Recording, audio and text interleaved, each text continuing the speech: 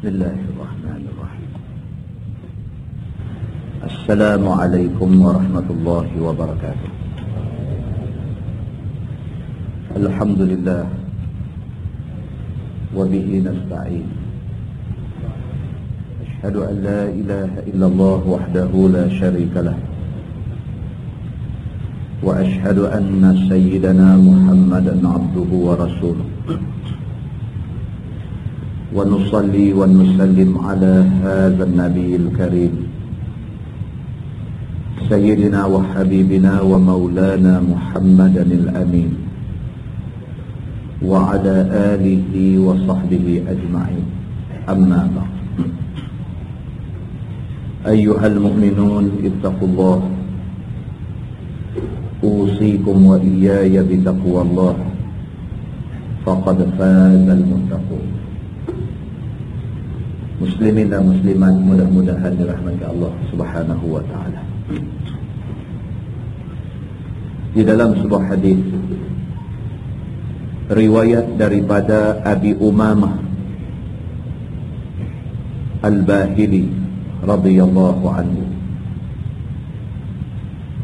kata dia, anin Nabi sallallahu alaihi wasallam qala: Laisa syai'un ahabba ila Allah ta'ala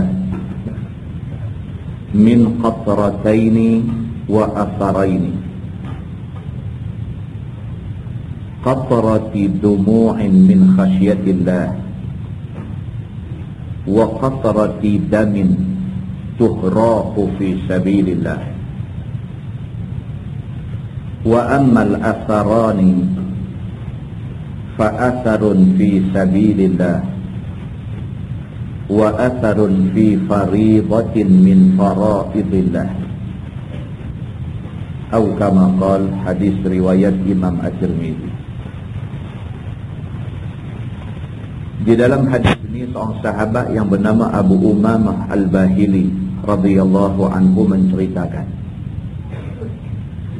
kata dia, Nabi sallallahu alaihi wasallam bersabda, sabda Nabi, laisa syai'un ahabba ila Allah ta'ala min qatrataini wa atharaini. Nabi kata, tak adalah benda yang Allah paling suka melainkan dua jenis titisan dan dua jenis kesan. Begitu. Nabi SAW kata ada dua jenis titisan dan dua jenis kesan yang Allah cukup suka. Yang pertama, qatrati dumu'in min khasyatillah. Titisan yang pertama ialah titisan air mata kerana takut pada Allah. Tuhan suka. Kalau ada di kalangan kita yang biasa keluar air mata kerana takut Tuhan, mengenangkan dosa yang kita buat. Kita semua ada dosa, kita selalu ulang benda ni, kita semua ada dosa. Sama ada dosa yang kita buat secara sedang ataupun dosa yang kita buat secara tak sedang. Pokok pangkalnya, semua kita ada dosa. Mana-mana manusia yang dia ada terbuat satu dosa, lepas itu bila dia kenangkan balik dosa yang dia buat, dia menangis. Titisan air mata yang keluar tu Allah cukup suka. Kerana titisan air mata tu keluar min khasyatillah, kerana takut pada Allah. Dan yang kedua, wa qatrati damin tuhraqu fi sabilillah. Nabi kata titisan yang kedua yang Allah suka ialah titisan darah. Yang titisan darah itu tumpah pada jalan Allah. Orang mati syahid. Sama ada dia mati syahid pada masa Nabi SAW hidup dulu, ataupun dia mati syahid lah ni. Yang pentingnya ialah darah dia tumpah fi sabilillah, kerana jihad pada jalan Allah. Maka dua titisan ini Allah cukup suka. Titisan air mata orang yang takut kepada Allah. dan juga titisan darah kerana berjuang pada jalan Allah. Dua titisan ini Allah Subhanahu wa taala sangat suka. Kata Nabi lagi, wa ammal atharani, dan ada pun dua kesan yang Allah suka itu ialah fa'asarun fi sabilillah, kesan kerana kita pernah turun untuk berjihad pada jalan Allah. Walaupun kita turun berjihad itu tidak mati, darah tidak tumpah, tapi kita pernah turun untuk berjihad pada jalan Allah, mungkin kesan itu ialah kesan debu. Macam yang kita jumpa di dalam hadis lain, Nabi SAW kata sekali-kali tidak akan berimpun dua benda, iaitu debu yang lekat di badan orang yang turun berjihad pada jalan Allah, dan juga asap api neraka Allah tidak akan kena pada satu orang. Maknanya mana-mana orang yang pernah turun untuk berjihad pada jalan Allah, badan dia kena debu masa dia pergi berjihad pada jalan Allah. Orang yang badan dia kena debu kerana berjihad pada jalan Allah tidak akan kena asap api neraka. Dan orang tu kalau sekiranya dia kena asap api neraka, bermakna dia tidak pernah turun berjuang pada jalan Allah. Dia salah satu, dia tak boleh berimpun dua tu pada satu orang. Maka kesan yang pertama yang Allah Subhanahu wa taala cukup suka ialah kesan pada orang yang pernah turun berjuang pada jalan Allah. Dia turun berjuang, mungkin pada badan dia ada kesan debu kerana dia pergi berjuang. Kesan itu Allah suka.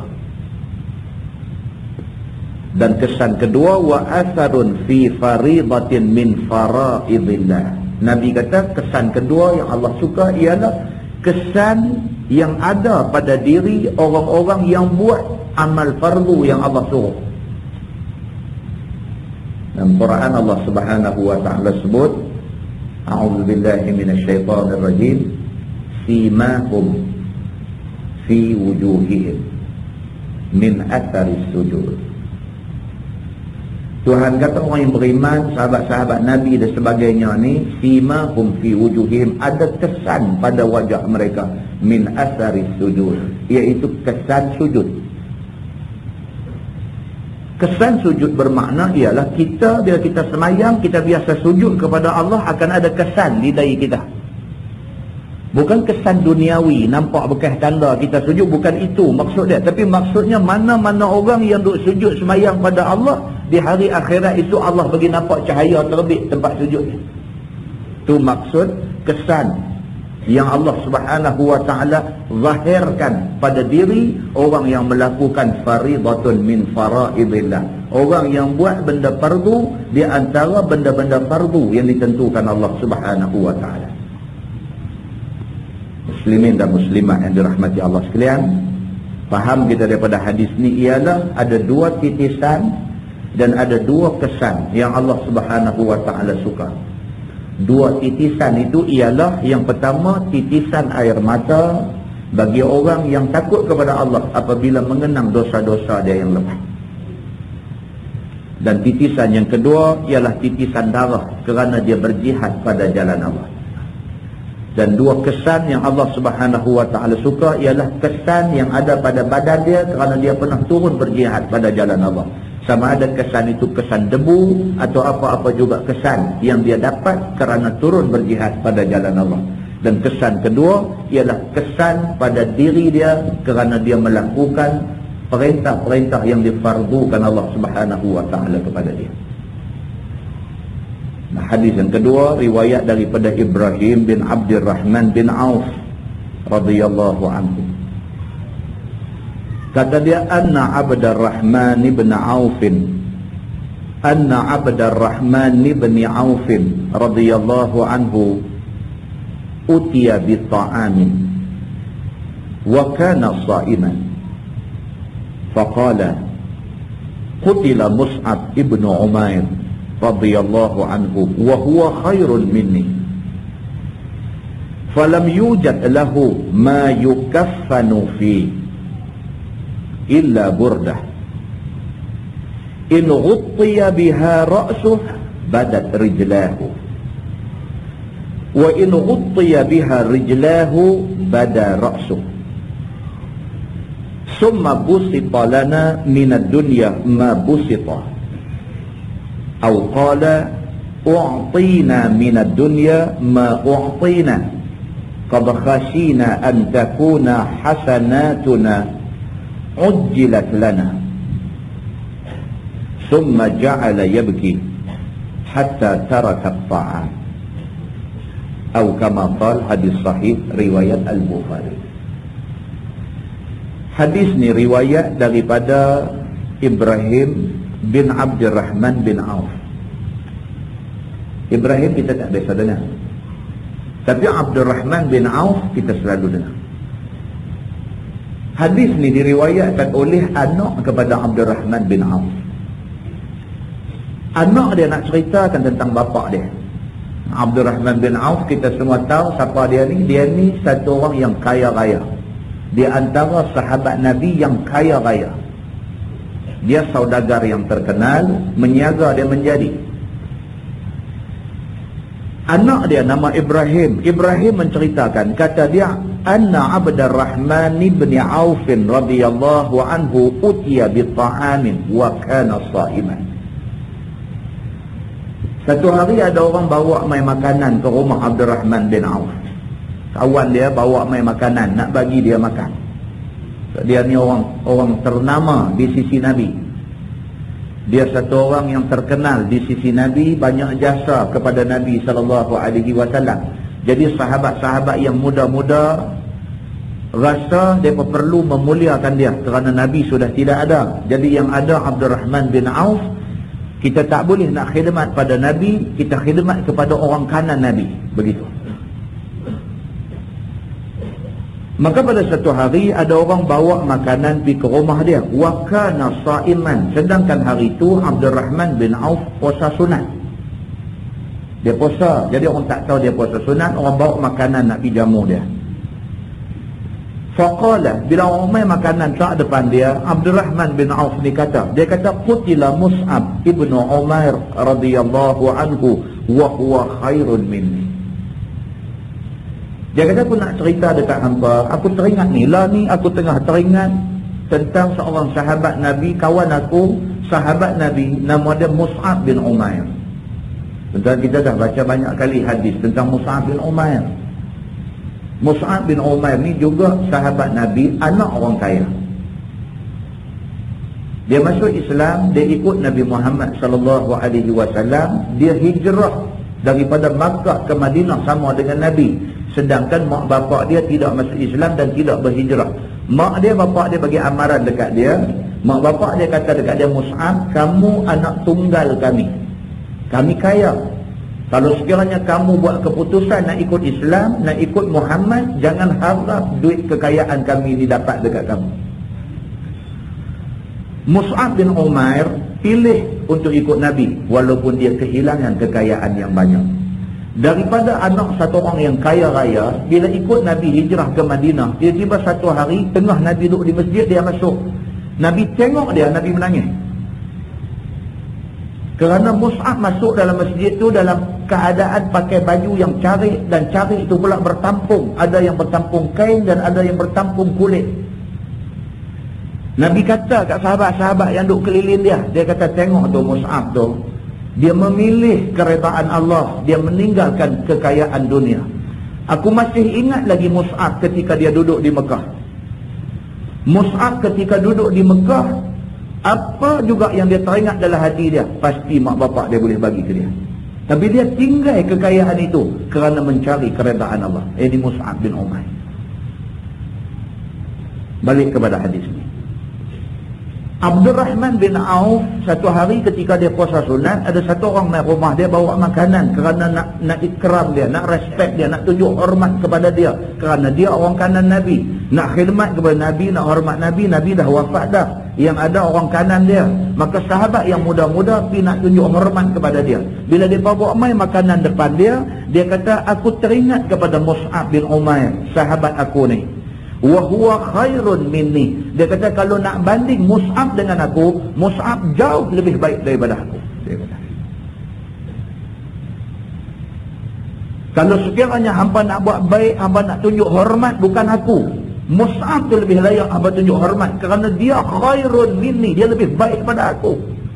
Dia kata.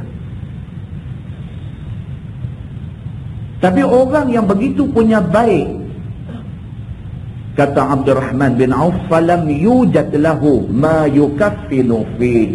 Bila dia mati, tak ada pakaian nak kafan mayat dia. Itu dia. Aku teringat ni, dia kata aku duk teringat Mus'ab bin Umair, sahabat baik Nabi, kawan baik aku. Satu orang anak orang kaya yang apabila dia memilih untuk ikut Islam, dia memilih untuk sayang Islam, dia memilih untuk ikut Nabi, dia pilih untuk jadi sahabat Nabi. Mus'ab bin Umair apabila mati dia mati dalam keadaan tidak ada pakaian nak buat kapan dia. Illa burdah, melainkan dia ada selai kain selendang. In ghuttiya biha ra'suh badat rijlah. Yang kain selendang tu bila orang nak guna buat kapan dia, apabila tutup kepala nampak kaki. Wa in ghuttiya biha rijlahu bada ra'suh. Apabila cuba nak tutup kepala nampak kaki, bila nak tutup kaki nampak kepala. Mus'ab bin Umair daripada anak orang kaya, mak kaya, ayah kaya, dua-dua saudagar yang kaya. Tinggal kekayaan tu pilih Islam. Sanggup susah kerana Islam. Susah Mus'ab ni sampai hari mati dia nak kapan tak ada kain. Yang ada cuma selai kain hak dia buat selendang atas bau dia. Kain tu pula bila tutup kepala, tutup mayat dia, tutup kepala nampak kaki. Tarik tutup kaki nampak kepala. Kain tu kain singkat, tak cukup nak buat kapan dia. Aku teringat dekat dia, kata Abdurrahman bin Auf. Summa busita lana minad dunya ma busita. Itu dulu. Dia kata dulu zaman Nabi susah nak bawa Islam dulu. Zaman minoriti orang ikut Islam. Zaman tu sahabat Nabi yang berjuang untuk Islam, berjuang untuk nak bawa Islam ke kita hari ini, sahabat Nabi mati kain kapan pun tak cukup. Tapi hari ni, kata Abdurrahman bin Auf ni, masa dia bercakap ni, hari ni Nabi dah wafat dah. Sahabat-sahabat yang berjuang untuk Islam susah payah semua dah wafat habis dah. Dia kata hari ni summa busita lana minad dunya ma busita. Hari ni Allah Subhanahu wa taala bagi kekayaan kepada kita di atas dunia ni dengan segala macam kekayaan. Hari ni kita senang, dia kata. Dia kata dekat sahabat ada depan dia ni, hampa tak tahu, hampa tak ada lalu zaman kami mula-mula bawa Islam dulu. Zaman Nabi SAW semayang, orang main lungguk perut unta busuk atas belakang, hampa tak tengok, dia kata. Zaman Nabi SAW tengah sujud, mai Abu Jahal nak pijak batang tengkuk Nabi, hampa tak tengok zaman tu. Zaman Bilal bin Rabah masuk Islam, tiba-tiba orang dera dia, oh heret di tengah panas, buh batu besar atas dada dia. Dia kata Allahu Ahad, Allahu Ahad, Allahu Ahad. Dia kata Allah Tuhan yang Esa, Allah Tuhan yang Esa. Orang pergi hafak dekat Nabi. Nabi mai tengok. Nabi mai tengok, Nabi kata tunjika Ahadul Ahad.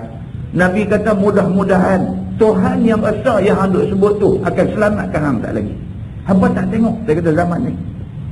Abdurrahman bin Auf kata, hampa tak tengok semua benda ni. Hampa sedang-sedang Islam, Allah dah bagi kesenangan kepada kita. Dia kata summa busita lana minad dunya ma busita. Hampa sedang-sedang kesenangan, hampa terima Islam senang, tak payah tumpah darah. Hampa jadi orang Islam senang, beranak-beranak keluar main mak Islam, ayah Islam, tak ada orang berani main jentik telinga hampa kerana hampa jadi Islam. Au qala u'tina minad dunya ma u'tina. Dia kata hari ni apa kita nak dalam dunia ni diberikan kepada kita. Hari ni orang mai berduyun-duyun mai pakai istihar nak masuk Islam. Senang. Dulu kami kena pi ketuk pintu rumah seorang-seorang ajak orang masuk Islam. Tapi hampa hidup di zaman semua orang mai dengan sukarela nak masuk Islam. Kata Abdurrahman bin Auf, qad khashina an takuna hasanatuna ujjilat lana. Apa yang aku takutlah ni, dia kata, Yang aku bimbang, yang aku takutlah ni ialah takut kalau kesenangan hidup yang terlampau dah ada di depan kita lah ni membuatkan kita ni jadi orang yang tak mau nak buat ibadat. Aku takut yang tu. Aku takut kerana senanglah ni. Senang sangat. Nak jadi Islam pun senang. Maka ramai orang nak tinggal Islam dengan cara yang senang. Dengan kerana kesenangan yang terlampau, dengan kerana kemewahan yang berlebihan yang ada hari ini, Abdul Rahman bin Auf kata, aku takut kita ni jadi manusia yang tak kuat dalam melakukan ibadah. Summa ja'ala yabki. Kemudian dia menangis. Abdul Rahman bin Auf ni, lepas dia kata lagu tu dekat orang hak mai hantar makanan ke dia ni, summa yabki. Menangis dia ni, menangis teresa-resa. Hatta taraka ta'am. Makanan awak mai tu tinggal lagu tu saja. Dia tak peduli ke makanan tu. Hadis itu hadis sahih riwayat Al-Bukhari. Muslimin dan muslimah yang dirahmati Allah sekalian. Dalam Quran ayat 109 surah Al-Isra Allah berfirman, a'udzubillahi minasyaitonir rajim. Wa yakhirruna lil adqan yabkuna wa yaziduhum khusyu'a. Sadaqallahul azim. Allah berfirman dalam ayat itu, orang-orang yang beriman itu, kata Tuhan, apabila dibacakan Quran kepada mereka, apabila dengar ayat Quran, yakhiruna lil azqan, mereka sungkorkan muka mereka ke lantai. Orang yang beriman, bila dia dengar ayat Quran, dia berasa dia ni kena sujud sangat dah dekat Tuhan. Ayat Quran tu, ayat-ayat Quran itu dia rasa terlalu besar dalam diri dia. Bila dengar ayat Quran dibacakan, dengar ayat Quran tu dia rasa dia tak boleh nak berdiri tegak tu, dia rasa tak boleh. Dia berasa dia ni hina, dia berasa dia ni kecil, dia berasa dia kena sujud kepada kebesaran Allah Subhanahu wa taala. Orang yang beriman itu apabila dibacakan Quran kepada dia, wa yakhiruna lil azqan, pakat sujud tersungkuk di muka bumi ni habis semua, tunduk kepada kebesaran Allah Subhanahu wa taala. Yabkun, menangis mereka ini. Wa yaziduhum khusyu'a, dan bertambah khusyuk di dalam hati mereka. Muslimin dan muslimah yang dirahmati Allah sekalian, kita ambil iktibar. Bila kita dengar mukadimah macam ni, terbanding dengan diri kita lah, jauh saudara, jauh. Tak ada apa yang ada pada diri sahabat-sahabat Nabi dulu, tak ada pada kita. Kita ni bila dengar ayat Quran dibacakan, kita dengar, kita rasa kagum. Semalam kita baca sepotong ayat di Masjid Kampung Rawa, ayat daripada surah An-Najmi ayat 59-60. Allah Subhanahu wa taala berfirman, a'udzubillahi minasyaitonir rajim, afamin hadzal hadithi ta'jabun wa tadhakuna wa la tubkun. Tuhan bagi ayat ni kat kita. Dia bagi tu dekat kita ayat ni.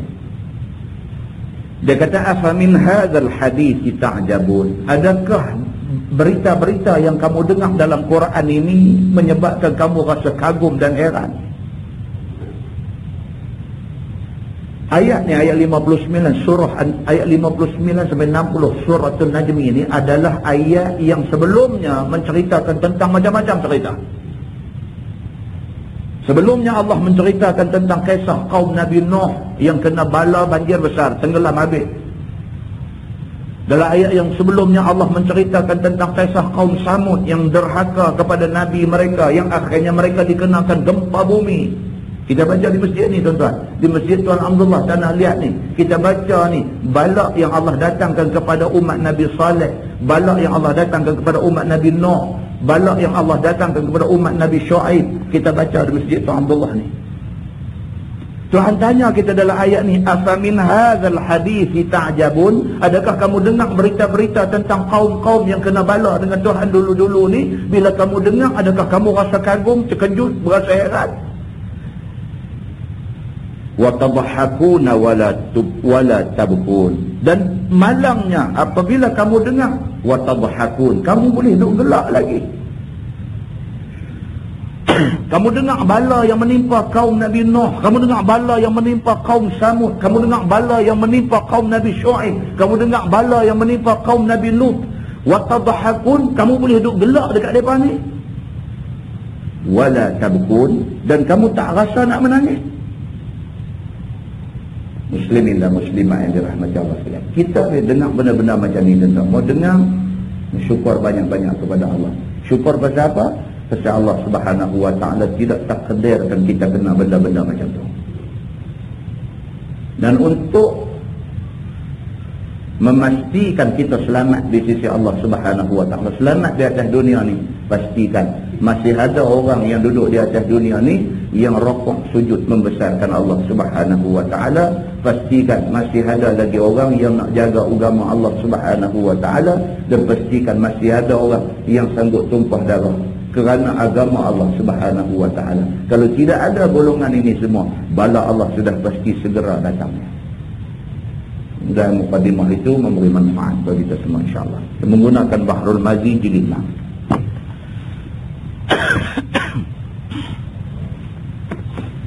Bahrul Mazi jilid 6, muka surat 46. Muka surat 46. Malam ni insyaAllah kita masuk masalah, dia kata pergi ke Muzdalifah dan perkara yang sayugia dikerjakan.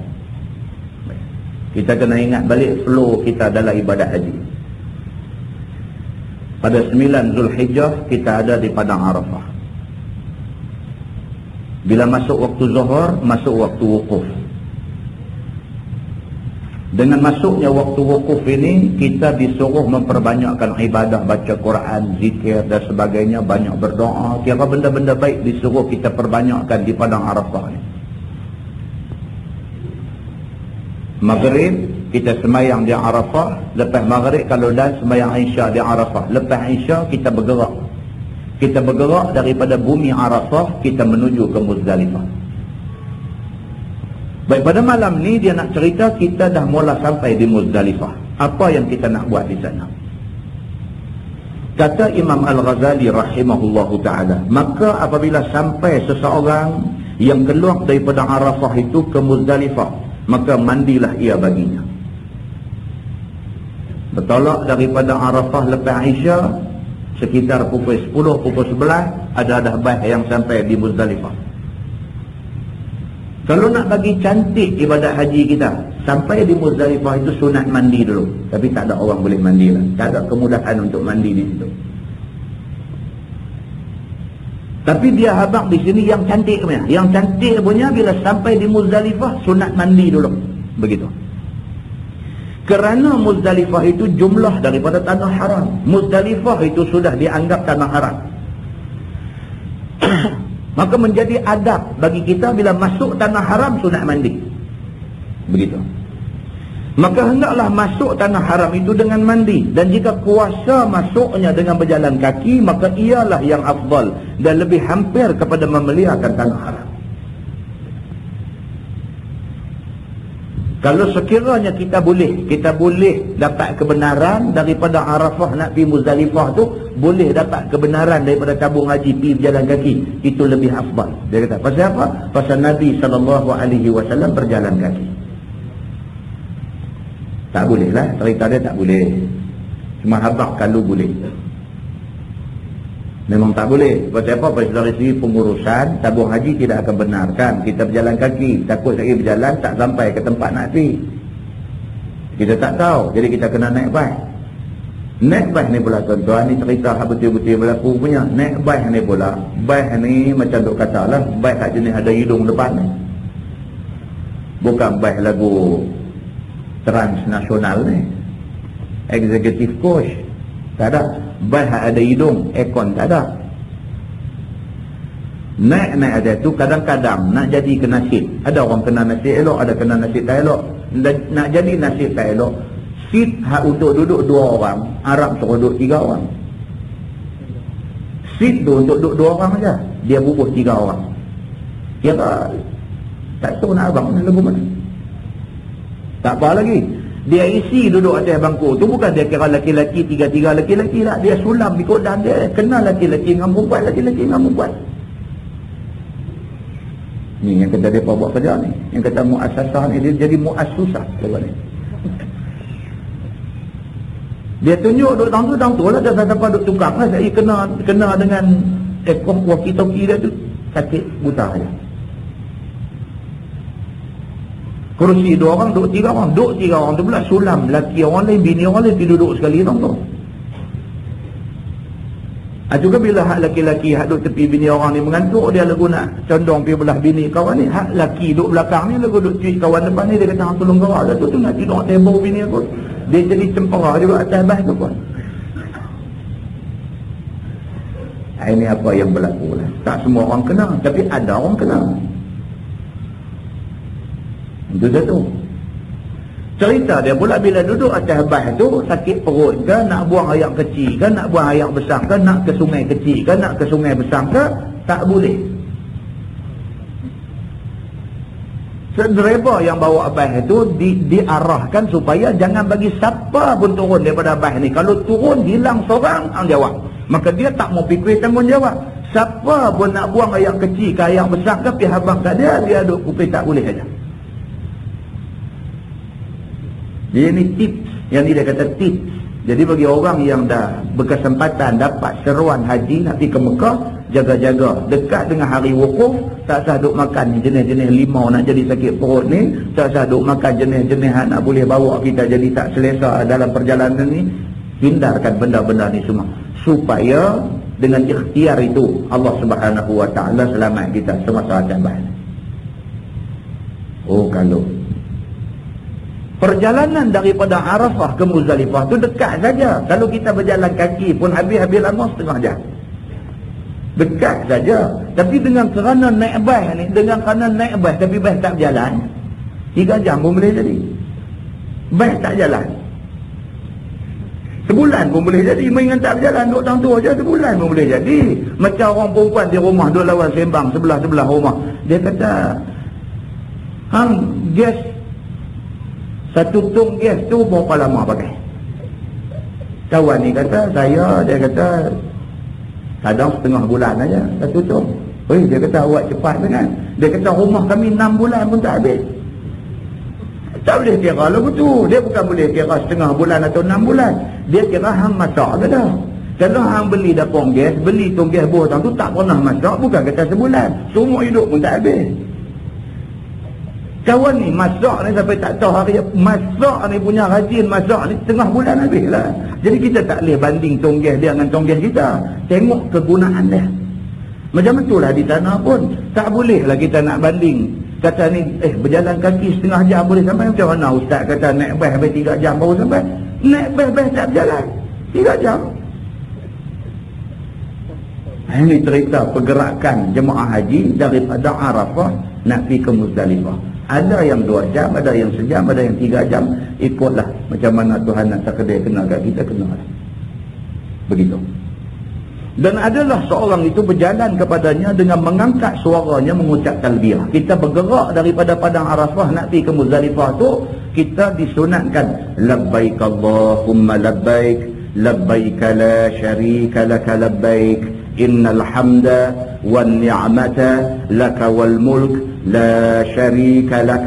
Disunatkan bertalbiyah dengan mengangkat suara. Mana bagi bunyi atas bas tu, biar bagi bunyi serentak labbaik Allahumma labbaik. Semangat kita nak buat ibadat ni. Disunatkan begitu. Maka apabila sudah sampai ke Muzdalifah, baca doa ini.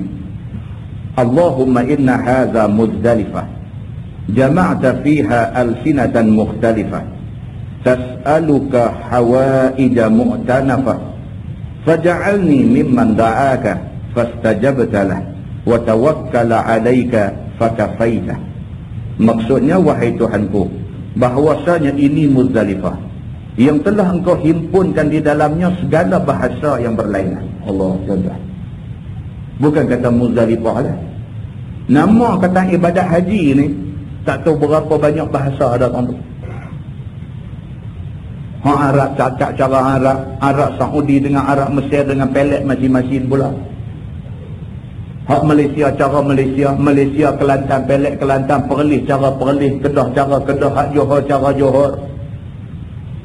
Mana dengan hak mai daripada Pakistan, hak India, hak mai daripada Kerala, hak mai daripada Kashmir, hak mai dari tak tahu nak abang. Segala macam bangsa semua ada situ. Maka ibadat haji ini adalah muktamar terbesar umat Islam seluruh dunia. Satu muktamar terbesar, perhimpunan terbesar umat Islam seluruh dunia. Semua dunia, tang mana dunia yang ada orang Islam, ada wakil pergi ke sana. Maka ayam cakap itik tak faham, kucing cakap kebau susah hati, macam tu punya ada di sana. Tak faham, tak faham apa pun tak faham. Oh, grand punya perjumpaan ini. Lebih daripada General Assembly lagi. Betul.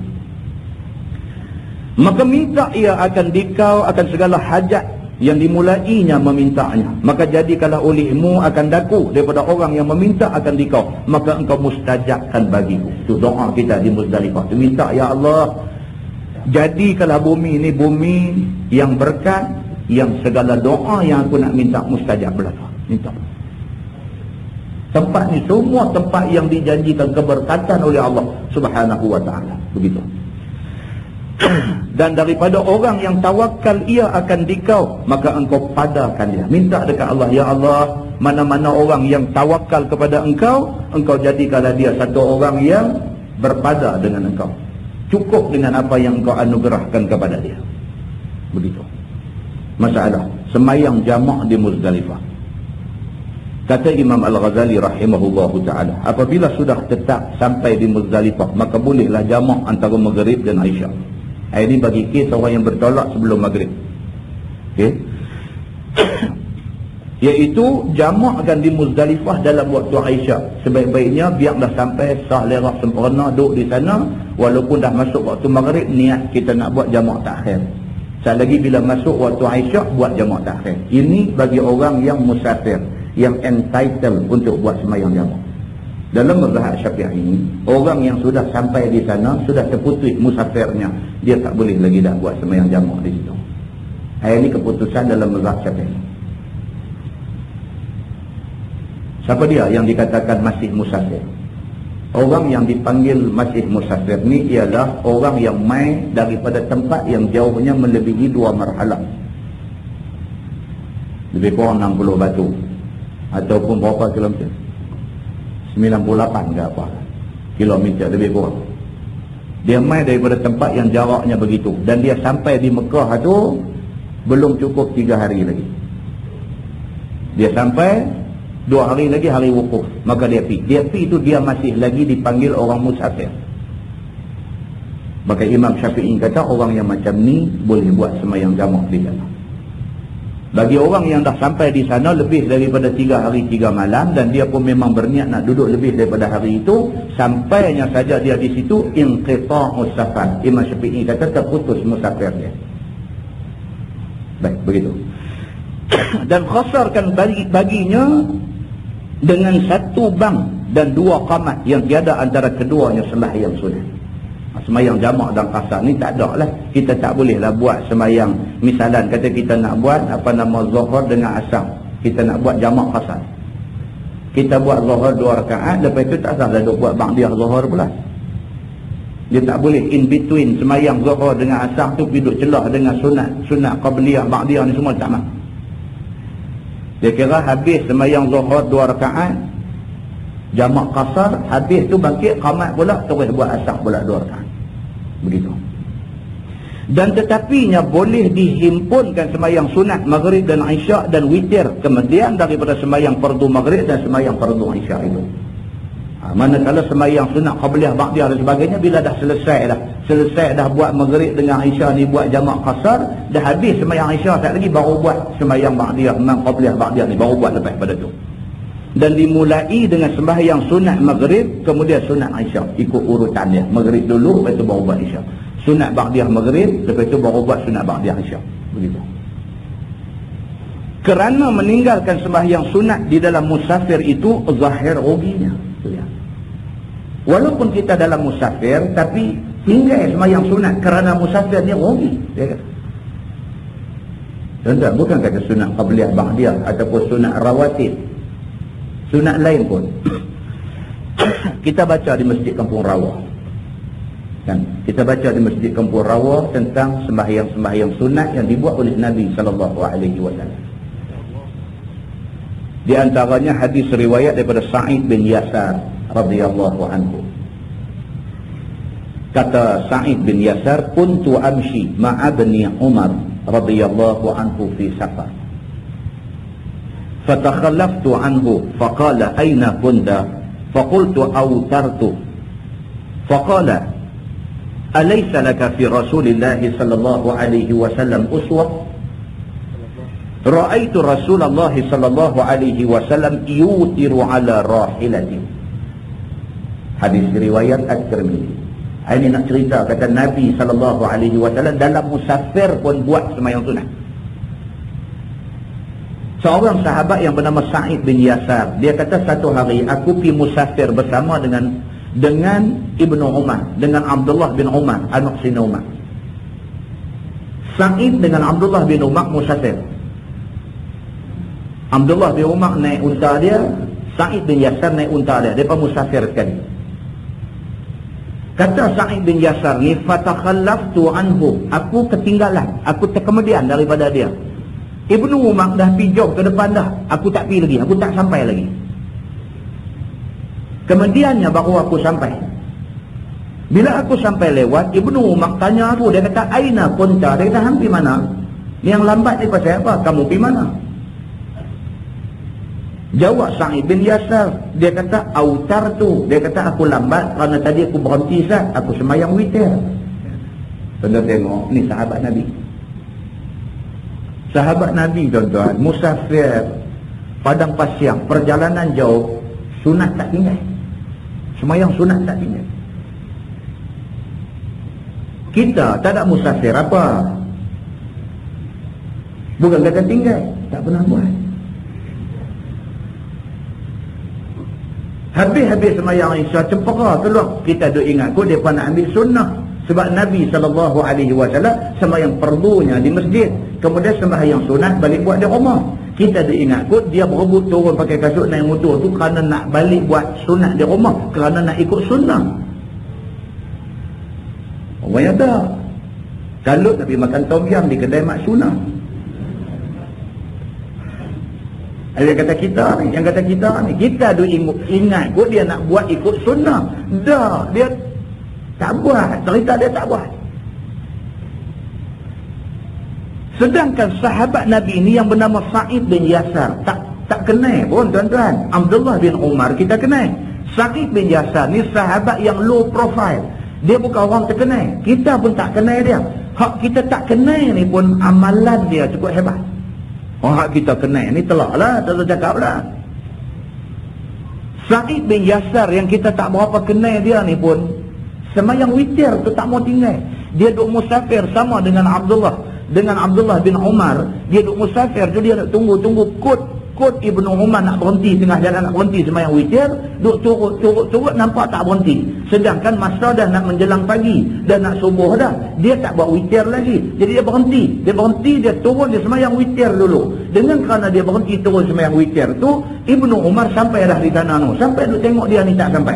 2 saat baru dia sampai. Tanya dia pasal apa hang lewat? Dia kata aku sembahyang witir. Aku berhenti saat tadi ni sembahyang witir. Dan kerana tu aku terlambat. Dia jawab lagu tu, dia ingat kot Ibnu Umar ni tak sembahyang witir. Tiba-tiba Ibnu Umar kata apa? Faqala Ibnu Umar, kata Ibnu Umar, alaysa laka fi Rasulillah sallallahu alaihi wasallam uswah? Abdullah bin Umar kata dekat Sa'id bin Yasar, dia kata apa siapa yang hang turun sembahyang atas tanah? Dia kata, tidakkah Nabi sallallahu alaihi wasallam itu menjadi contoh kepada kita semua? Dia kata, apa pula? Dia kata ra'aitu Rasulullah sallallahu alaihi wasallam yutiru ala rahilatihi. Ibnu Umar kata, aku biasa tengok Nabi SAW sembahyang witir ketika dalam musafir. Nabi sembahyang witir atas kenderaan dia. Maka aku tadi, aku tak berhenti, aku tak turun atas tanah semayang. Tapi aku semayang. Dia kata, aku semayang atas kenderaan. Aku semayang witir atas kenderaan kerana aku ikut Nabi SAW. Nabi kalau musafir, dia semayang atas kenderaan kerana nak cepat sampai. Jadi dia kata dekat Sa'id bin Yasar ni, dia kata, hang tak ikut ke sunnah Nabi SAW. Nabi kalau musafir, Nabi semayang atas kenderaan. Baik, kesimpulan hadis ni apa tuan-tuan? Kesimpulan dia ialah sahabat Nabi ni buat semayang sunat cukup kuat. Cumanya hak seorang ni dia nak semayang sunat, dia berhenti semayang atas tanah. Hak seorang lagi semayang juga sunat, walaupun dia atas kenderaan. Semayang sunat witir ni tak tinggal. Kita pun semayang, ini nanti bulan puasa lah. Semayang witir ni bukan kata tak semayang, semayang tapi nanti bulan puasa. Bulan tak puasa tak semayang. Tak kuat. Maknanya apa? Maknanya kita ni tak kuat. Dari segi beramal ni tak cukup kuat. Dan sebuah hadis lain pula yang kita baca semalam di Kampung Rawa.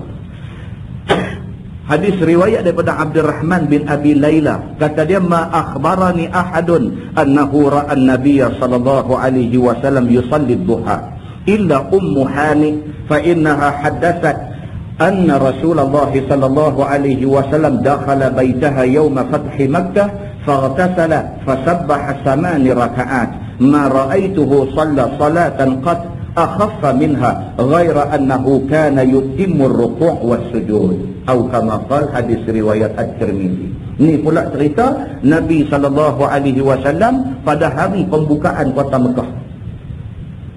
Nabi daripada Madinah balik mai ke Mekah, balik dengan kehebatan, dengan pasukan tentera besar. Nabi masuk ke dalam kota Mekah. Yang apabila Nabi SAW masuk ke dalam kota Mekah, kecut perut habis segala musuh-musuh politik dia selama ni. Bila tengok Nabi balik ke Mekah, balik dengan pengikut dan penyokong dan juga tentera yang begitu ramai. Takut habis orang hak dulu duk buat tahanan ke Nabi ni. Takut habis. Yang pada hari pembukaan kota Mekah tu Nabi berdiri-berdiri, semua orang pakai berimpun depan dia di kota Mekah ni. Nabi kata, agak-agak apa-apa aku nak buat dekat hampa semua ni. Yang dulu dia buat macam-macam kat aku. Jawab puak ni, dia kata, kamu Muhammad bin Abdullah adalah orang baik-baik daripada keturunan kota Mekah ni. Nabi pergi ke rumah satu orang sahabat nama Ummu Hani. Nabi pergi rumah dia, Nabi sampai Nabi minta izin nak mandi. Nabi mandi di dalam rumah Ummu Hani ni. Lepas Nabi SAW mandi, fasabbaha 8 raka'atin. Nabi sembahyang sunat duha 8 rakaat.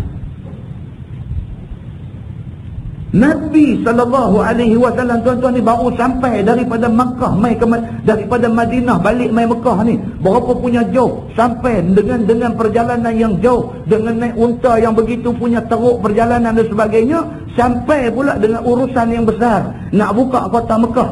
Dah masuk dah dalam kota Mekah ni, selepas selesai dah urusan-urusan dia ni, Nabi SAW semayang duha 8 rakaat. 8 rakaat. Kita esok hari cuti, public holiday, belum tentu semayang duha lagi. Itu hari cuti, hari kerja telah. Hari kerja memang tak dana, duha memang tak dana, duduk di pejabat tu. Kalau buat kerja apa, duha apa tak dana. Esok public holiday, apa juga. Puasa sunat pun tak buat, semayang duha pun tak buat. Jadi duduk lugu tu, reput sampai ke petang begitu. Baik, kita kata kat diri kita sendiri, memang kita macam tu. Tak ada kesungguhan dalam nak beramal dengan Islam ni. Dia tak ada kesungguhan, kekuatan tu tak ada. Bukan tak tahu kata hari Khamis sunat puasa, bukan tak tahu, tapi dia tak dapat nak buat. Rumah nak tu dia tak boleh buat. Siapa cakap tu kira nak ajak puasa esok lah tu. Kan ni dengan dia buat tak faham pula, dia buat perut geni ni, esok tak puasa juga. Esok kita puasa insyaAllah. Esok kita puasa insyaAllah. Saja mau sekali-sekala latih. Ni tumpang dia mai cuti ni, jatuh pada 12 Rabiul Awal pula, hari kelahiran Nabi SAW. Puasa sunat. Dah puasa sunat, pukul 9 semayang duha. InsyaAllah boleh buat dua tu. Malam ni kira mai tak dia. Ada satu benda kita boleh, ada homework kita boleh buat. Muslimin dan muslimat yang dirahmati Allah sekalian. Nabi SAW baru sampai daripada Madinah, sampai ke Mekah, sampai fartasala. Nabi masuk rumah Ummu Hani mandi, fasabbaha 8 rakaatin. Nabi SAW sembahyang sunat duha 8 rakaat. Penat ni, baru sampai ni, penat tu sembahyang 8 rakaat. Kita buat doa sudah itu. Doa sudah. Kata Abdurrahman bin Abi Layla, dia kata, ma ra'aituhu salatan qad akhaffu minha. Aku tak pernah tengok Nabi SAW sembahyang seperti mana sembahyang duha itu. Nabi sembahyang ringkas saja. Nabi sembahyang cepat. 8 rakaat itu Nabi buat cara tidak lama sangat. Buat cara cepat-cepat begitu. Ghaira annahu kana yutimmur ruku' wal sujud. Tetapi rukuk dan sujud Nabi disempurnakan dengan baik. Dua hadis ni menjadi satu kekuatan kepada kita semua bahawa sembahyang sunat itu wajar dilakukan. Nabi SAW sembahyang sunat dia tak mau tinggal. Jadi dia kata di dalam kitab yang kita baca ni, kerana meninggalkan sembahyang sunat dalam musafir itu zahir ruginya. Rugi. Kalau boleh buat-buat, dia kata. Dan jika memberati diri memperbuatnya dalam waktu itu dan mendatangkan mudarat, maka putihlah hukum boleh berikutan antaranya dan antara fardu. Dia kata, tapi kalau sekiranya dengan kerana nak buat sunat tu menjadi mudarat kepada kita semua, atas buatlah yang sunat tu. Sunat, benda tu sunat. Benda sunat ni maksud dia apa? Kita ada kelapangan, kita ada ruang masa, kita buat. Tapi kalau sampai jadi kalang kabut dan sebagainya, kita nak buat dengan sunat menjadikan mudarat, gendala, banyak kerja dan sebagainya, tak apalah. Lain kali kita buat. Islam tak menekan kita, tak paksa kita. Sampai dah ada gastrik, dah serius dan sebagainya, ustaz kata esok puasa, esok kena puasa juga. Lepas tu kita pakai 2 buah apple, tengok dia di hospital, tak payahlah. Dan tapi hak tak ada gastrik, apa hak sihat, elok dan sebagainya, puasa esok ni sebagai tanda syukur kepada Allah Subhanahu Wa Taala. Begitu. Masalah bermalam di Muzdalifah itu apa hukumnya? Yang kata bermalam, mabit di Muzdalifah, apa hukum bermalam di Muzdalifah? Kata Imam Ghazali rahimahullahu ta'ala, wajib bermalam di Muzdalifah itu hingga pertengahan malam. Wajib. Baik, dia ada sedikit kekeliruan dari segi penggunaan bahasa Arab dengan Melayu. Arab dia guna perkataan mabit di Muzdalifah. Dia kata bermalam di Muzdalifah. Maksud bermalam di situ bukan bermalam siap tikar bantai tidur apa semua dah. Maksud mabit di Muzdalifah itu ialah kita dikehendaki berada di atas bumi Muzdalifah mana-mana waktu selepas tengah malam. Kita sampai itu pukul 1 pagi misalnya. Kita bertolak daripada Arafah nak pergi ke Muzdalifah, baik kita lambat, kita sampai pukul 1 pagi. Kita sampai pukul 1 pagi itu sudah kira mabit lah. Boleh terus perjalanan ke Mina. Dan orang yang sampai awal, dia sampai pukul 10, belum tengah malam lagi, pukul 10 dia dah sampai, dia kena tunggu.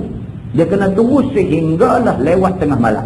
Sampai dah lepas pada tengah malam, sekitar 12 suku, 12 setengah macam tu, terus ke Mina. Dia kena berada di Muzdalifah pada mana-mana waktu selepas daripada tengah malam. Itu sudah dikira bermalam di Muzdalifah. Itu maksudnya. Yang ni tuan-tuan, orang yang pergi jemaah tabung haji dan sebagainya kadang-kadang jadi masalah. Ini masalah macam mana?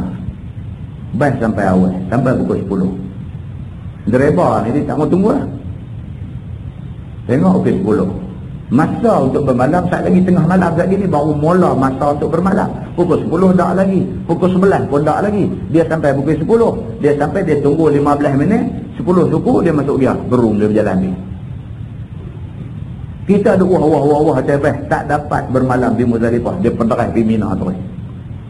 Hari ini masalah-masalah yang mungkin akan timbul begitu. Kalau kita sampai lewat, cantik. Kita sampai lepas pada pukul 12 tengah malam, cantik. Sampai lalu ke Muzdalifah itu sudah dikira bermalam di Muzdalifah. Begitu. Maka ialah bermalam bagi orang yang mengerjakan haji. Maka barang siapa keluar ia daripada Muzdalifah itu dulu daripada tengah malam. Keluar awal. Sebelum tengah malam dah keluar dah. Dan tiada bermalam di situ, maka lazim atasnya bayar dah. Jadi, bagi orang yang terlepas, dia kena bayar dah. Dan sunat dihidupkannya malam itu dengan berbuat ibadah, kerana menghidupkan ini malam yang mulia ialah setengah daripada sebaik-baik ibadah bagi orang yang puasa atasnya. Kalau kita sampai di situ pukul 11 misalnya, sementara nak tunggu pukul 12 suku nak terus ke Mina tu, sementara nak tunggu time lepas tengah malam tu, eloklah kita duduk situ zikir. Sama ada nak duduk atas bas duduk berzikir ke, ataupun nak turun pergi ke bawah nak berzikir ke, apakah, itu lebih baik. Jangan duk buka cerita. Yang duk jadi ni cara macam-macam lah. Duk ada di Mekah no haji ifrat, duduk dalam ihram, duk cerita pasal politik Malaysia tak habis lagi. Sekali dengan cerita, sekali dengan mati sumpah seranah semua cukup. Yang dia tu duduk dalam ihram haji ifrat. Duduk dalam ihram tu. La haula wala quwwata illa billah. Dia cerita pasal politik, ini tajuk yang popular musim haji ni. Dia cerita pasal politik, lepas tu dia cerita pasal stock market, saham naik, saham turun. Yang tu, bukan dia nak isi masa tu dengan zikir, dengan baca Quran, dengan apa-apa juga benda yang dia anggap ibadah. Dah, dia habis masa dengan jenis-jenis lara ni. Lara tak apa, mencederakan dia yang duduk dalam ihram ni yang tak apa. Itu sebab bila kita baca bab haji ni, dia duk ulang sebut yang tu. Dia duk ulang kata apa? Masa tu isikan dengan ibadah. Setidak-tidak ibadah tu, kalau sekarang kita tidak sebut zikir subhanallah, alhamdulillah, la ilaha illallah, Allahu akbar, baca Quran atau sebagainya, setidak-tidak ibadah itu tafakkur. Duduk tu tengok naik ke langit. tengok bulan, bintang, tengok semua apa hak ada masa tu, tengok bukit bukau ni semua, ingat balik hak mengaji selama kita duduk di sini. Dan afala yanzuruna ila al-ibili kaifa khuliqat wa ila as-samai kaifa rufi'at wa ila al-jibali kaifa nusibat. Ingat ayat-ayat ni. Tuhan kata, tidakkah hampa tengok unta macam mana Tuhan buat unta? Tidakkah hampa tengok langit macam mana Tuhan angkat langit tak pakai tiang? Tidakkah hampa tengok benda ni, ingat last sekali kata, Maha suci Allah, Tuhan Maha besar. Tuhan boleh buat benda-benda ni sampai macam ni. Itu sekurang-kurang ibadah. Kita tafakkur, kita fikir tentang kebesaran Allah Subhanahu wa ta'ala.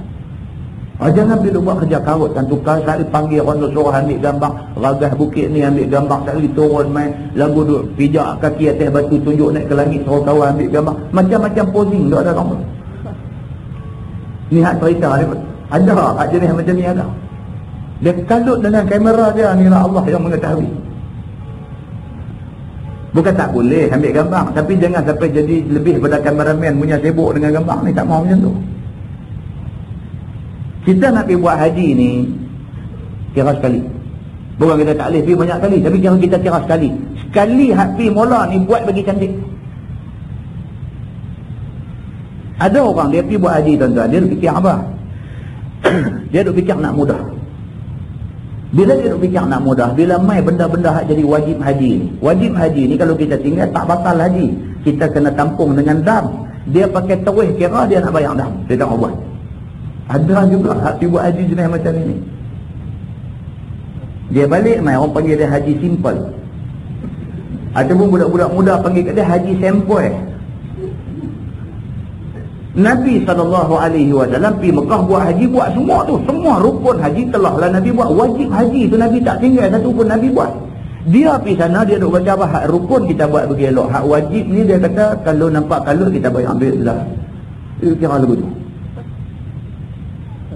Bermalam di Mina, dia tak mau bermalam, dia pakai kira bayar dam ya. Tak boleh, bukan lagu tu cara dia.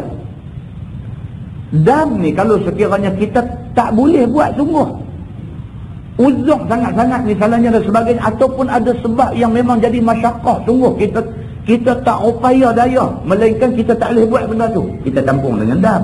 Bukan pada awal pilih nak bayar dam, tak mau buat.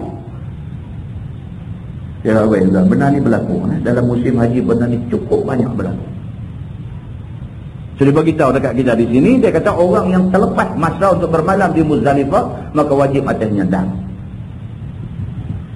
Masalah bersedia bagi meninggalkan Muzdalifah. Kata Imam Al-Ghazali rahimahullahu ta'ala, apabila sudah datang pertengahan malam, maka mulalah bersedia untuk berangkat berjalan daripada Muzdalifah itu. bila dah mai 12 suku, 12 tengah malam. Okey, now kita dah nak bertolak dah daripada Muzdalifah, nak bertolak ke Mina. Ni duk bersiap dah nak berjalan dah. Baik pun driver dah masuk pistol enjin apa semua dah, kira nak berjalan dah. Dan mengambil bekal akan anak batu kerana melontar Jamratul Aqabah. Di situ sebaik-baiknya kita isi juga masa duduk di Muzdalifah tadi ni, kutip batu. Kutip anak-anak batu. Tujuan dia apa? Setidak-tidaknya anak batu untuk melontar Jamratul Aqabah pagi esok. Kutip di situ. Maka di dalamnya itu ada batu-batu kecil. Maka ambillah 70 anak batu. Di kawasan Muzdalifah ni batu kecil ni banyak. Batu rosak kacang kuda ni banyak. Kutip batu-batu tu. Sebaik-baiknya ambil 70. Dia kata.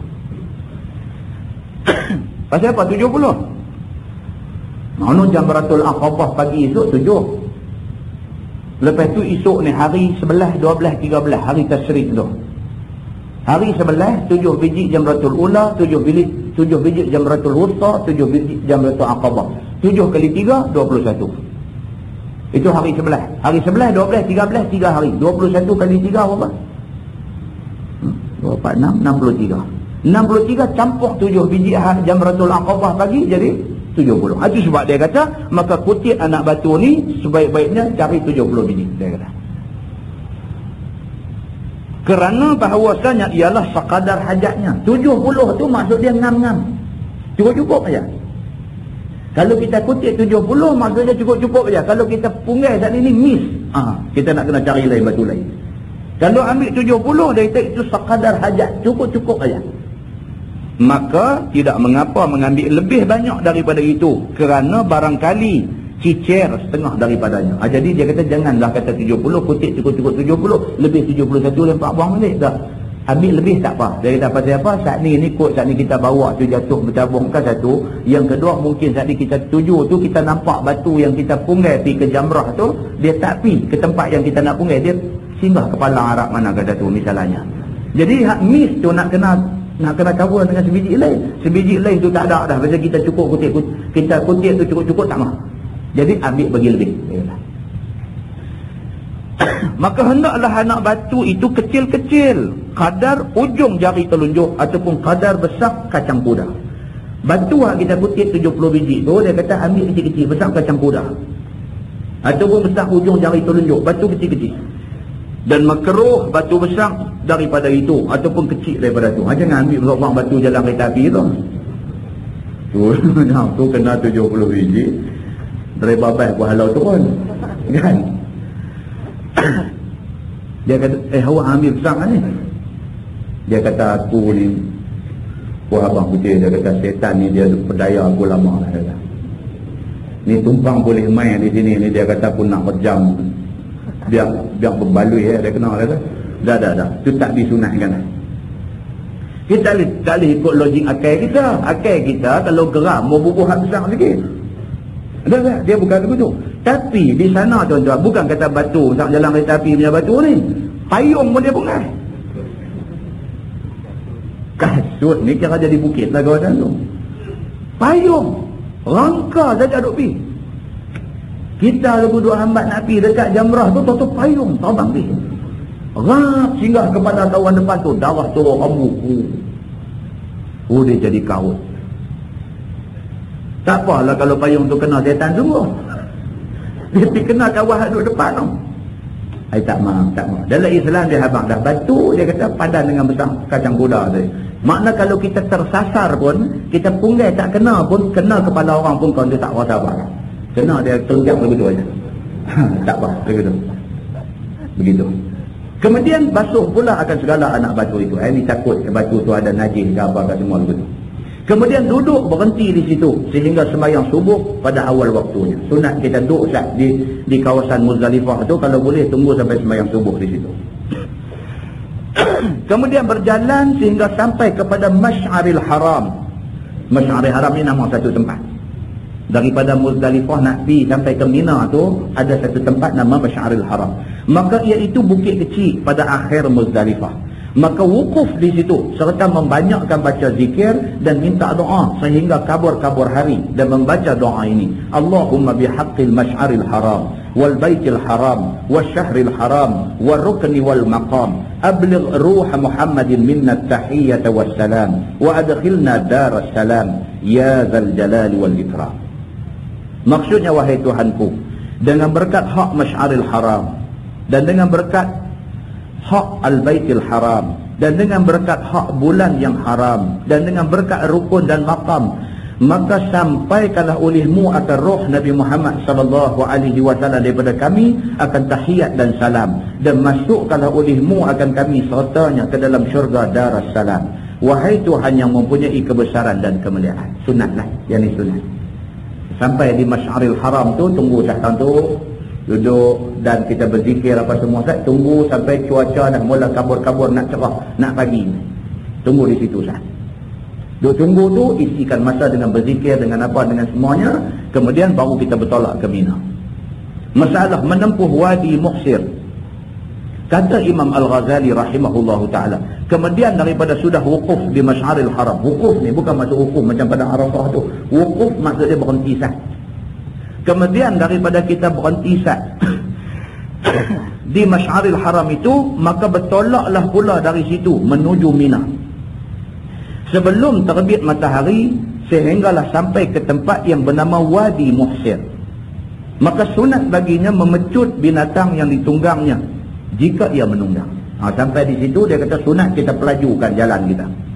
Dan jika berjalan kaki, segerakan pada perjalanannya sehingga habis ditempuhnya akan lentang Wadi Muhsir itu. Sampai kawasan Wadi Muhsir itu jalan bagi cepat. Dia kata, tak ada lah, yang ni semua kita ambil tahu ya, pasal kita pergi dengan bas, dia tak lalu lah Wadi Muhsir ni semua tak jumpa lah. Kita nanti shoot atas highway itu aja, contoh sampai di Mina macam tu.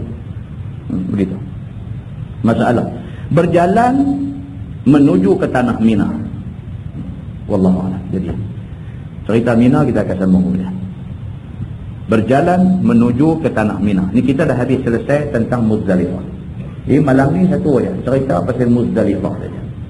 Dalam cerita Muzdalifah ni yang penting apa dia? Yang penting ialah mesti dapat masa untuk bermalam di Muzdalifah. Itu yang paling penting. Mabit tu mesti kena dapat. Itu yang paling penting. Lain daripada tu tadi dia saja perendang. Dia nak abang kita duduk di situ, sunat kena banyak beribadat, berzikir dan sebagainya, kutip batu apa semua. Yang ni hanyalah peringatan-peringatan bagi orang yang berada di bumi Muzdalifah dalam musim haji. Lepas ni kita akan tengok apa pula cerita di Mina. Wallahu a'lam. Soalan. Faktor-faktor apa yang menyebabkan seorang hamba Allah, sama ada muslimin atau muslimat, merasa dirinya terlalu warak dengan apa yang dilaksanakan? Adakah sifat-sifat begini disuruh oleh syarak? Contohnya, golongan-golongan ini mengasingkan diri dari masyarakat kerana merasakan diri mereka terlalu istimewa di sisi Allah. Soalan ni saya tak faham, terlalu umum. Kita tidak tahu nak tala belah mana jawapan dia. Dan tak tahu nak tala belah mana. Adakah yang dimaksudkan di sini golongan apa ke? Dia berasa diri dia warak, dia isolate diri dia, pergi cari kawasan apa, dusun derian dalam tu ke, buat dangau duduk di situ, habiskan masa dengan berzikir, bermunajat pada Tuhan, tak mau nak berbuih dengan orang dan sebagainya. Adakah itu yang dimaksudkan? Kalau itu, kena pergi tanya mereka lah. Saya pun tak tahu kenapa mereka jadi macam tu, kan? Saya nak jawab bagi pihak mereka pun saya tak tahu. Cuma apa yang kita boleh beritahu, kita orang Islam, kita kena base apa yang kita buat ni kepada sirah nabawiyah, kepada sirah Nabi. Adakah Nabi buat begitu? Nabi SAW dia mengasingkan diri dia sebelum dia terima wahyu, sebelum dia jadi Nabi, sebelum datang risalah Islam, sebelum datang risalah dakwah. Sebelum tu Nabi mengasingkan diri. Pasal apa? Pasal masa tu tidak ada lagi risalah Islamiah yang Allah buat turun, tak ada lagi. Nabi membesar dalam suasana masyarakat Arab jahiliah, masyarakat yang membunuh anak perempuan, masyarakat minum arak, masyarakat yang judi menjadi amalan hari-hari. Nabi dia membesar dalam keadaan macam tu. Nabi membesar dalam keadaan masyarakat Arab ini habis masa dengan berperang dan bergaduh. Jadi Nabi ini sebagai satu orang manusia yang disediakan diri dia oleh Allah untuk jadi Nabi. Dia tak suka dengan benda-benda macam ni. Dia tak suka. Dia tengok masyarakat keliling dia minum arak, dia lemah. Dia tengok masyarakat keliling dia dapat anak perempuan. Kilik Sayyidina Umar Al-Khattab sendiri, bila dapat anak perempuan, isteri dia bersalin dalam bilik. Bila bidan habang aja, wahai Umar bergembira, wahai Umar bergembiralah, kamu dapat anak perempuan. Muka merah. Sayyidina Umar sebelum masuk Islam, muka merah. Dia rentak tudung pintu tu, tirai pintu tu dia rentak. Dia masuk pergi, anak tu baru saja dilahirkan, merah lagi. Dia pegang dengan sebelah tangan, dia kilik bawah ketiak dia. Dia keluar duk, dia lompat naik atas kuda dia. Sayyidina Umar adalah satu orang yang biasa naik kuda tidak perlu pelana. Ni yang kata Sayyidina Umar. Mana kalau nak dibandingkan dengan budak-budak lah ni, kira naik scrambler tak pegang handle. Hari macam Sayyidina Umar dulu. Tang tua lah nak macam Sayyidina Umar. Dia naik kuda tidak pakai pelana. Dia naik atas kuda yang tak ada pelana apa tu, tangannya hanya pegang telinga kuda sebelah aja, dia boleh pacu kuda tu seberapa laju yang boleh. Sayyidina Umar Al-Khattab. Dia orang macam tu, dia memang orang macam tu. Dia nak heran kat siapa? Dia bila bagi tahu kat dia, kata bini dia lahirkan anak perempuan, muka ni merah menyala. Pasal apa? Pasal menjadi satu adat dalam masyarakat Arab jahiliah pada masa tu, anak perempuan ni satu aib bagi keluarga. Dia masuk, bila cangkui anak tu bubuh bawah ketiak, dia lompat atas kuda sebelah tangan aja, dia pacu kuda pergi tengah padang pasir sampai dia korek padang pasir ni. Dia korek, dia lempak anak dia geduk masuk dalam tu, dia kambuh hidup-hidup. Tangan tu gagal nak minta kasih sayang bapak ni. Tangan duk gagal macam dia kambuh. Dia pijak dengan kaki dia naik kuda balik.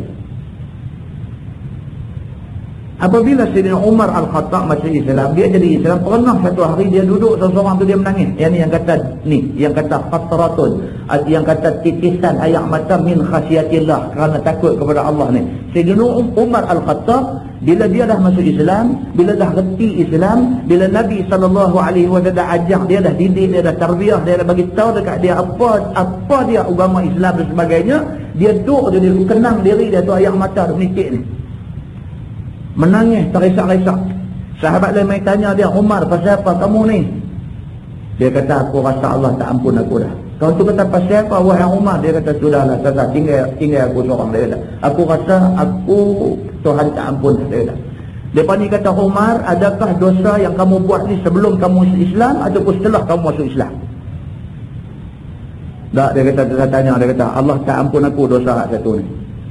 Dosa hak jadi hantu dalam kepala hang ni, adakah dosa sebelum atau selepas masuk Islam? Dia kata sebelum. Kalau sebelum Umar, lupakah kamu Nabi SAW kata manusia apabila masuk Islam dia jadi kayaumi waladathu ummu.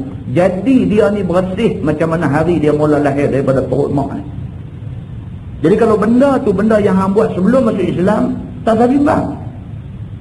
Dia kata, tapi hak dosa ni tak. Dia kata, Tuhan tak ampun. Dia kata. Apa dia Umar? Dia cerita hak tadi.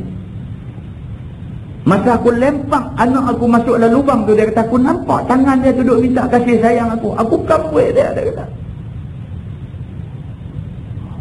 Ini keadaan masyarakat masa Nabi SAW dibangkit jadi Nabi. Jadi Nabi bila tengok keadaan macam ni, jiwa seorang Nabi, walaupun belum dilantik secara resmi, tapi jiwa dia yang nak jadi Nabi ni tak boleh tengok benda macam ni. Nabi bawa diri dia, dia duduk di dalam Gua Hira. Bila Nabi SAW dilantik menjadi Nabi, Nabi tak duduk sembunyi diri dalam gua apa dah. Sebaliknya, Nabi berhempas pulas membawa dakwah Islamiah ke tengah masyarakat, mengajak semua orang suruh ikut Islam. Mai zaman kita lah ni lagu nak pergi cari dangau tengah-tengah hutan mana kau pula duduk kira tak mau nak berdunia dengan orang. Ini menyalahi sunnah Rasulullah. Ini menyalahi sirah Nabawiyah. Kalau itu maksud kawan nak tanya ni. Kalau lain dia tak faham. Dan kalau dia maksud nak tanya ni ada satu orang kawan dia ke apa ke duk rajin pergi mengaji, lepas tu balik mai tak apa nak sembang dengan dia pergi duk kata kawan tu berasa warak dan sebagainya. Yang ni dia banyak tafsiran lah. Mungkin kawan tu tak berasa warak, hang duduk berasa kat dia kata dia warak tak mau kawan dengan. Dia mungkin tak mau kawan dengan hang pasal hang perangai udus. Jadi itu mungkinlah andaian kita kata. Tapi rasanya tidak begitulah maksud yang dia tanya ni. Kadang-kadang tuan-tuan, kita ni pun cakap betul-betul lah. Kita ni pun kadang-kadang ada juga orang-orang yang kita tak upaya lah. Dia tak upaya, bukan kita nak tak upaya. Dengan tengok kelaku kelayak dia dengan tak upaya lah nak pergi senyum manis tu. Dia tak upaya, kita senyum pun mulut dia heret lari tu nak kita terlemat dengan dia ni. Bukan kita nak tinggalkan dia, tapi teruk sangat dia ni. Dalam masyarakat dakwah Islamiah kata corak tempat orang duk bercakap pasal dakwah Islamiah, kata hang boleh duk berjalan tengah pekan duk orang bertiarak, tak heran ke orang ni apa ni. Ada tuan-tuan, saya dah melalui pengalaman ni sekali. Satu orang yang akhirnya na'udzubillah min zalik. Kita buat contoh bukan nak menghinakan dia dan kita minta jauh daripada jadi macam dia. Dia sampai mati tangan dia pegang botol. Sebelum dia mati, mak dia mati. Sebelum dia mati, mak dia mati. Bila mayat mak dia pergi ke masjid, dia pergi. Dia ni, dia suka pakai baju, kemudian dia suka pakai tu lagu baju yang aloi duk pakai dulu ni. Baju hak jenis pakit, besar dua, bawah dua, ada pakit di atas ni. Botol dia duk pakit bawah ni. Jalan kat dalam pekan tu, botol duk dalam pakit. Hari mak dia mati, mayat orang masjid dia duk dah di bawah ni. Dia tak naik lah atas masjid, dia tak naik langsung. Jadi bila mayat bawa pergi ke kubur tanam dan sebagainya, dia pergi duduk tinjau tengok pojok. Mak dia mati hari Jumaat. Mak dia mati pada hari Jumaat. Jadi orang simpan mayat mak dia ni sebelum sembahyang Jumaat. Pukul 11 macam tu orang simpan mayat dia. Jadi dah lepas tu orang-orang yang dah ada di masjid ni tak balik dah lah. Tunggu terus nak masuk waktu Jumaat. Dia dah selesai ke bumi mayat semua sekitar 12.30 macam tu, dekat 12.45 dah lewat dah. Kira dah waktu Jumaat dah dekat dah. Pada masa tu dia boleh daripada kubur tu turun balik terus. Dia tak sembahyang Jumaat juga. Aku hari mak hang mati teringat nak sembahyang ke apa pun tak juga, balik terus. Jadi orang masjid abang kata pada ustaz tu nak tunjuk tu ustaz. Ni dia lah seorang, dia kata kampung kami ni tak tahu nak kata apa. Daripada imam masjid sendiri dah pergi jumpa dia. Kami komiti masjid dah buat satu rombongan pergi jumpa dia. Kira bukan pergi nak hina dia, pergi nak ajak dia elok-elok mai lah dekat masjid. Tak boleh pergi ustaz. Dia depan kita ni, depan Tok Imam. Tok Imam pergi jumpa dia, depan Tok Imam dia buka botol minum. Sampai peringkat macam tu tuan-tuan, macam mana kita nak pergi manis dia? Tak upaya dah, kita pun nak pergi kat dia tu tak upaya dah. Pasal apa? Pasal dia duduk pekunun kita. Depan Tok Imam. Tok Imam tu cerita sendiri, ustaz duk cakap dengan dia, ustaz seluk dalam pakit dia tu, buka. Buk. Dia duk buat gelak lagi dah. Jadi sampai peringkat tu, kalau kita ni jadi buruk sampai ke peringkat tu, inilah yang Nabi SAW kata, sejahat-jahat manusia di atas muka bumi Allah ni ialah apabila semua orang meninggalkan dia, tak ada siapa menasihatkan dia. Dan manusia semua meninggalkan dia, tidak mau menasihat dia semata-mata itqa'a fuhsyih. Nabi kata semata-mata kerana takut kepada jahat dia. Kita nak dekati dia tu, kita jadi takut kerana jahat dia ni. Bukan jahat orang-orang biasa ni, jahat yang keterlaluan. Maka akhirnya orang tinggal dia. Nabi SAW biasa tinggal. Kita baca di mana baru ni, Matang Buluh ke kan? Ada satu kita jumpa hadis tu baru ni. Tak ingat nak masjid mana, baru saja kita jumpa hadis tu. Dia mai ke rumah Nabi SAW. Bila sampai duduk di luar, Nabi bagi tahu dekat isteri Nabi. Nabi kata ini adalah manusia paling jahat. Nabi kata. Orang pemusuh, padang pemusuh. Kita baca di padang pemusuh. Nabi kata ini manusia paling jahat. Nabi kata kat isteri dia, tapi Nabi kata bagi masuk. Aisyah dibuka pintu, panggil masuk. Bila masuk mai, wa alana lakul qaul. Hadis itu kata Nabi SAW cakap lembut dengan dia. Nabi cakap lembut. Nabi tak cakap lagu benci dia, lagu nak halak dia dah. Tapi tadi Nabi kata dah, ini manusia paling jahat dalam tempat kita lah ni. Ini paling jahat. Tapi bagi masuk. Nabi kata. Bila masuk mai, Nabi SAW cakap dengan suara slow. Suara lembut, elok, tak ada bunyi nak jongkok, nak marah, tak ada. Habis dia balik. Bila dia balik, Aisyah kata dekat Nabi, dia kata, ya Rasulullah, qulta ma qulta. Aisyah kata, ya Rasulullah, tadi hang kata dia ni jahat. Tapi pasal apa bila dia main hang layan dia elok? Nabi beritahu dekat Aisyah. Nabi kata sesungguhnya manusia paling jahat di atas muka bumi Allah ni ialah manusia yang semua orang tak peduli ke dia. Tak ada siapa nak nasihat dia. Orang tidak mau nasihat dia, itqa'a fuhsyih, kerana takut kepada jahat dia. Maka akhirnya dia musnah dalam kejahatan dia. Bila sampai peringkat tu tuan-tuan, kita tak upaya dah nak dekat dengan dia. Jadi bila kita duduk main masjid ni tak pergi dekat dengan dia, tidak bermakna kita berasa kita alim, kita warak, sehingga kita tak mau nak pergi dekat dengan dia. Tapi kerana kita tak lalu dah nak dekat dengan dia. Nabi pun biasa begitu dengan orang yang hidup pada zaman dia. Kan? Jadi itu satu. Dan kalau sekiranya orang ni memang dia pergi mengaji masjid banyak dan sebagainya, lepas tu dia duk perasan kata dia alim warak, sampai dengan orang elok-elok pun dia tak mau nak sembang, duk jalan dabik dada seorang, yang ni mengaji yang ilmu tidak beri manfaat pada dia. Yang ni pun tak bagus juga. Kan? Dia jadi ujub, dia jadi sum'ah. Tajuk ni akan main di masjid Bayan Baru. Ni cerita orang yang jadi macam ni. Dia jadi ujub, dia jadi sum'ah. Ujub maksud dia berasa macam dia ni kira ahli syurga. Dan dengan kerana tu dia jadi tak entang ke orang, tak peduli ke orang. Dia tengok orang ni semua kira banyak masalah, dia seorang okey. Ini sifat ni sifat ujub. Ujub ni boleh merosakkan dia di atas dunia dan menyusahkan dia untuk dapat keredaan Allah Subhanahu wa ta'ala. Ataupun sum'ah, dia suka cerita kebaikan yang dia buat. Amro dia kata malam tu pergi masjid Tuan Abdullah Ustaz dah, abang kata suruh puasa sunat, suruh semayang duha, dia kata aku buat. Dia cerita ke orang pula, buat masing-masing sudahlah, tak payahlah tidur abang balik pula. Dia kata aku itu buat. Dia kata tapi aku bukan nak belagak ni. Dia kata aku nak cerita kan. Dia kata start pada hari 12 Rabiul Awal tu aku mula buat puasa hari Khamis, lepas tu pun tak tinggal lagi. Nah, yang tu dia panggil sum'ah.